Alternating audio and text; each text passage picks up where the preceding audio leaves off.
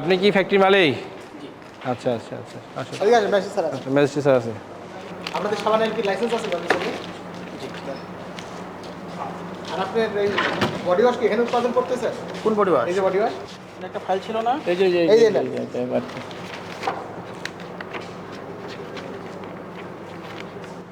আপনার একবার জরিমানা ছিল না? জি। আচ্ছা আচ্ছা আচ্ছা। মানে আবেদন করছিলেন এটা আবেদন কবে না, আবার হচ্ছে আমাদের ইয়া পর্যন্ত আছে আপনাদের জি। এই লাইসেন্স হওয়া পর্যন্ত ইয়ে আছে কি পাস হয়েছে আমাদের পাস সার্টিফিকেট প্রমাণ নাই তো? সার্টিফিকেট আনা হয় নাই।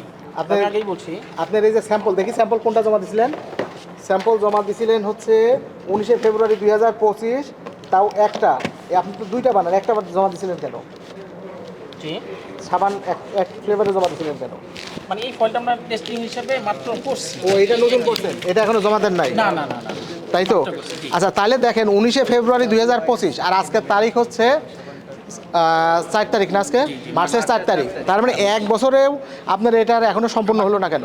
আমি হচ্ছে ভালো করে না আপনাকে তো ম্যাজিস্ট্রেট স্যার এর আগেও এসে সতর্ক করে গেছে এগুলো লাইসেন্স গ্রহণের জন্য।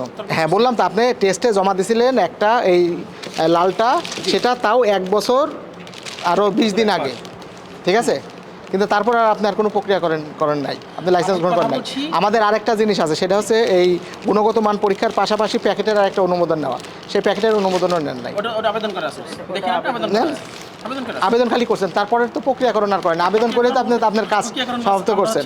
আপনার যে সাবান, এই কোনো সাবান কি এরকমভাবে নরম হয়ে গলে যায়? তার মানে আপনার ফ্যাট পার্সেন্টেজের সাথে যেটা কোস্টিকের অ্যালকালির যেটা এটা কম্বিনেশনটা সঠিক নাই। এটা দেখেন পানির মধ্যে দেন, দিলে একদম গলে যাবে। অন্য সাবান যেটা মনে করেন যে 20 দিন টিকবে, আপনারটা 2-3 দিনের মধ্যে একদম এই যে দেখেন এই অবস্থা। তার মানে আপনার এই দুইটার ব্যালেন্স তো নাই। আপনি এটা করে কি কেমিস্ট কে? কেমিস্ট আছে হচ্ছে। তাহলে এই যে দেখেন, যদি গুণগত মান কনফার্ম না হয় আপনি কিভাবে এটা বাজারে দিচ্ছেন? করার মতো কোনো ফ্যাসিলিটিস আছে আপনার? না।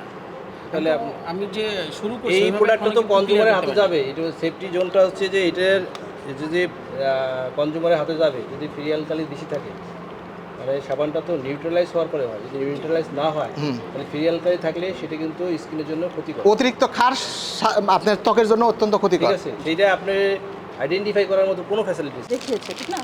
যে আপনার যেরকম কোয়ালিটি যেভাবে হওয়ার কথা ছিল সেটা কিন্তু নাই। আপনাকে উনি ধরলেন, একদম দেখেন গুঁড়ো গুঁড়ো হয়ে গেছে। এটা তো আপনি ভোক্তা পর্যায়ে পৌঁছাচ্ছেন। আপনি কম বানান বা বেশি বানান, আপনার বক্তব্য মতো আপনি কম বানাচ্ছেন, প্রোডাকশন আপনার বেশি না, কিন্তু কম বা বেশি হোক কিন্তু ভোক্তা পর্যায়ে এটা যাচ্ছে এবং আপনি বাজারে সেল করছেন। সেই জিনিসটা গুণগত মান ঠিক নাই। আমার ভোক্তা যেটা নিচ্ছে সে কিন্তু নিয়ে তারপর কি হচ্ছে, সে স্যাটিসফাই হচ্ছে না, কারণ তারটা সাবানটা হয়তো 1 দিন বা 2 দিন রাখছে, এরপর গলে যাচ্ছে। পুরো সাবানটা সে কিন্তু ইউজ করতে পারছে না, কিন্তু সে টাকা দিয়ে কিনছে জিনিসটা। হ্যাঁ, এটা একটা বড় ধরনের অপরাধ। এবং আপনাকে বলা হয়েছে যে আপনি এই জিনিসগুলো আদৌ গুণগত মান ঠিক কিনা এটা আগে আপনার ল্যাব টেস্ট হবে। ল্যাব টেস্ট হয়ে অফিস থেকে আপনাকে সাজেস্ট করবে যে আপনি কীভাবে কী প্রক্রিয়ায় কোন ফর্মুলায় বানাবেন, সেটা ওকে হয়ে দেন আপনি এই ধরনের কার্যক্রম করবেন। আপনি ক্ষুদ্র উদ্যোক্তা হন বা যেই হন, নিয়মের বাইরে কেউ না। প্রতিটা লোককে নিয়মের মধ্যে থাকতে হবে, নিয়ম ফলো করে তারপর আপনাকে ব্যবসায় নামতে হবে।